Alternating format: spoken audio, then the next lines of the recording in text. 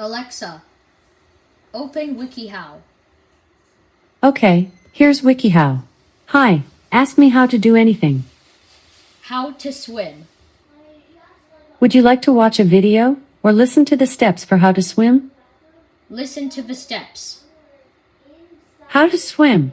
To learn to swim, first understand safety before you get in the water. You should never try to learn to swim on your own. Always make sure an adult, instructor or lifeguard is watching you or helping you learn.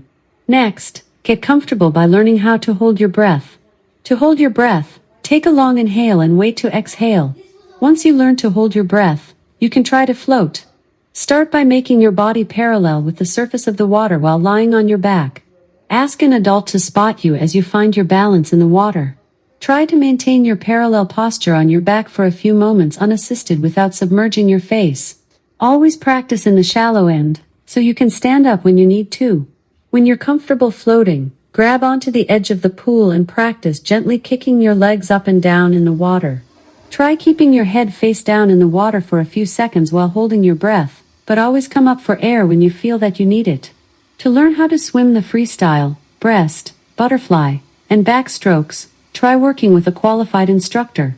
If you would like each step read out in detail, say read steps. Read steps. Step 1. Let go of your fear. A lot of people put off learning how to swim because they're afraid of drowning. While drownings do occur, most of them could have been prevented by simple safety measures. Follow these guidelines whenever you're swimming, and the odds of drowning will decrease dramatically. Don't swim alone. Always go swimming with one other person who is a strong swimmer, if not several other people. An area with a lifeguard is usually the best place to swim. Don't start out swimming in moving water. If you're learning to swim in an ocean or river, you'll need to be more aware of the motion of the water. If you must learn to swim this way, try to make sure you're with someone who knows what he or she is doing, and be sure to read the step about getting out of a riptide or a rushing river below. Use proper safety gear until you have enough water experience and are reasonably comfortable in the water. Stay within a depth you can handle. When you're first learning how to swim, don't venture into water that's too deep for you to stand in.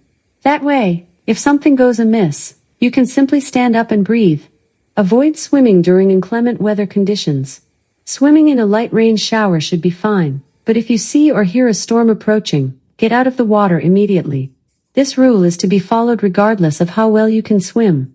Don't swim in water that's too cold. Moving your limbs to paddle can become suddenly difficult if you're in frigid water. To continue, say next. Next. Step 2. Get used to floating.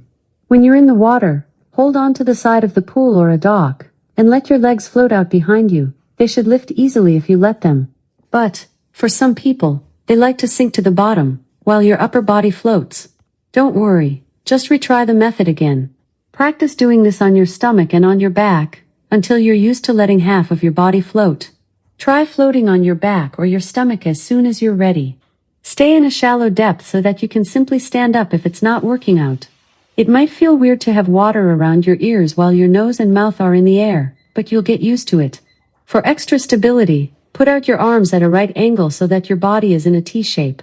When floating for the first time, you can try taking a deep breath and then floating. If your lungs are full of air, your body will float for sure. Do this until you're more experienced. To continue, say next. Next. Step 3. Don't panic.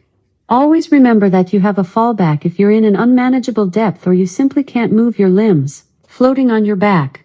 Don't flail around or start breathing quickly if you can't swim. Simply lie back as flat as you can, and let the water carry you while you regain your composure. A good tip for floating on your back is to hold your breath and have lungs full of air. Another good tip is to stick your stomach out. To continue, say next. Next. Step 4. Practice exhaling underwater. While you're still in a shallow depth, take a deep breath and put your face underwater. Slowly exhale out your nose until you're out of breath, then come back up. Bubbles should come out. You can also exhale out of your mouth, but usually in big bubbles until you finally let out a stream of bubbles.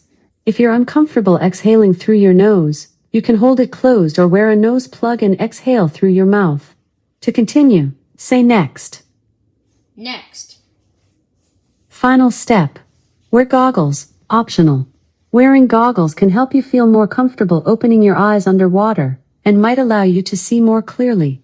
Find a pair with spongy circles around the eyes and dip them in the water, so that they'll stick to your skin. Tighten the strap around the back of your head so that the goggles fit snugly.